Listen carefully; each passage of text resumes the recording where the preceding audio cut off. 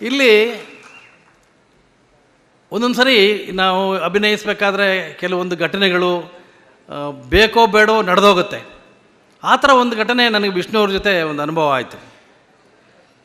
ಬಂಧನ ಚಿತ್ರ ಶೂಟಿಂಗ್ ನಡೀತಾ ಇತ್ತು. ಎಲ್ಲರೂ ಬಂಧನ ಚಿತ್ರ ನೋಡಿದ್ದೀರ. ಅದರಲ್ಲಿ ಒಂದು ಸೀನ್ ಇದೆ, ನಿಮ್ಗೆ ಜ್ಞಾಪಕ ಇರ್ಬೋದು. ನಾನು ಡೇ ಟೈಮು ಕೆಲ್ಸಕ್ಕೆ ಹೋಗಿ ಇಂಜಿನಿಯರ್ ಆಗಿ ಬರ್ತೀನಿ. ರಾತ್ರಿ ಬಂದರೆ ರಾತ್ರಿ ಬರೋಷ್ಟೊತ್ತಿಗೆ ನಾನು ಹೆಂಡತಿ ಡಾಕ್ಟ್ರಾಗಿ ಹಾಸ್ಪಿಟ್ಲಿಗೆ ಕೆಲಸಕ್ಕೆ ಹೋಗ್ತಾ ಇರ್ತಾರೆ. ಸೊ ಒಂದು ಸಾರಿ ಏನಾಗುತ್ತೆ, ಬಂದು ಒಂದು ರಾಧಾಕೃಷ್ಣನ ಮೂರ್ತಿ ಹಿಡ್ಕೊಂಡು ಬಂದು, ನಾನು ಬೆಳಗ್ಗೆ ಇನ್ನೇನು ಹೇಳಬೇಕು, ಸುಹಾಸಿನಿಯವ್ರು ಎಂಟ್ರ್ ಆಗ್ತಾರೆ. ಈ ಮೂರ್ತಿ ಯಾರು ಕೊಟ್ಟರು ಗೊತ್ತಾ? ಡೈಲಾಗ್ ಏನು ಹೇಳ್ಬೇಕು ನಾನು? ಬೇಜಾರು ಮಾಡ್ಕೋಬೇಡಿ, ಯಾವ ಬೋಳಿ ಮಗ ಕೊಟ್ಟರೆ ನನಗೇನು ಹೋಗ್ ಅಂತ ನಾನು ಹೇಳಬೇಕು. ಸರಿ, ಈ ವಿಷಯಕ್ಕೆ ಭಾಳ ನಾನು ಹೇಳಿದೆ, ನಾನು ಈ ಡೈಲಾಗ್ ಹೇಳೋದಿಲ್ಲ ಅಂತ. ಅವ್ರ ವಿರುದ್ಧವಾಗಿ ನಾನು ಆ ಥರ ಮಾತು ಆಡಲ್ಲ, ನಾನು ಹೇಳಲ್ಲ ಅಂತ.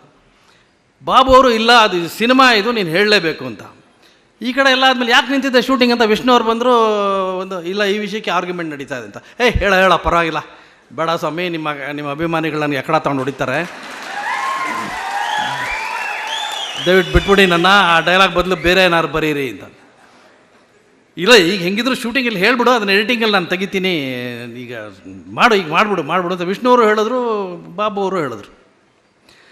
ಸರಿ, ನಾನು ಇನ್ನೇನು ಮಾಡೋದು, ಈಗ ಕಷ್ಟ, ಇದು ಭಾಳ ಹಿಂಸೆ ಆಗೋಯ್ತಲ್ಲ ಅಂದ್ಬಿಟ್ಟು ನಾನೇನು ಮಾಡಿದೆ, ಒಂದು ಟೇಕಲ್ಲಿ ಡೈಲಾಗ್ ಹೇಳ್ಬಿಟ್ಟು ಸುಮ್ಮನೆ ಆಗ್ಬಿಟ್ಟೆ. ಆದರೂ ಒಳಗಡೆ ಹಿಂಸೆ ಆಗ್ತಾಯಿತ್ತು ನನಗೆ. ಇದಾದಮೇಲೆ ಸುಹಾಸಿನಿಯವ್ರಿಗೂ ನನಗೂ ಜಗಳ. ನಾನು ಸುಹಾಸಿನಿಯವ್ರ ಮುಖಕ್ಕೆ ದೋಸೆ ಎಸೆಯೋದು, ಹೊಡೆಯೋದು ಎಲ್ಲ ಆ್ಯಂಟಿ ಪಾತ್ರ ಅದು. ಸೊ ಹಿಂಗೇ ಈ ಪಾಂಡವಪುರದ ಹತ್ರ ಒಂದು ಊರಿದೆ, ರೆಗ್ಯುಲರ್ ಶೂಟಿಂಗ್ ಊರದ್ದು.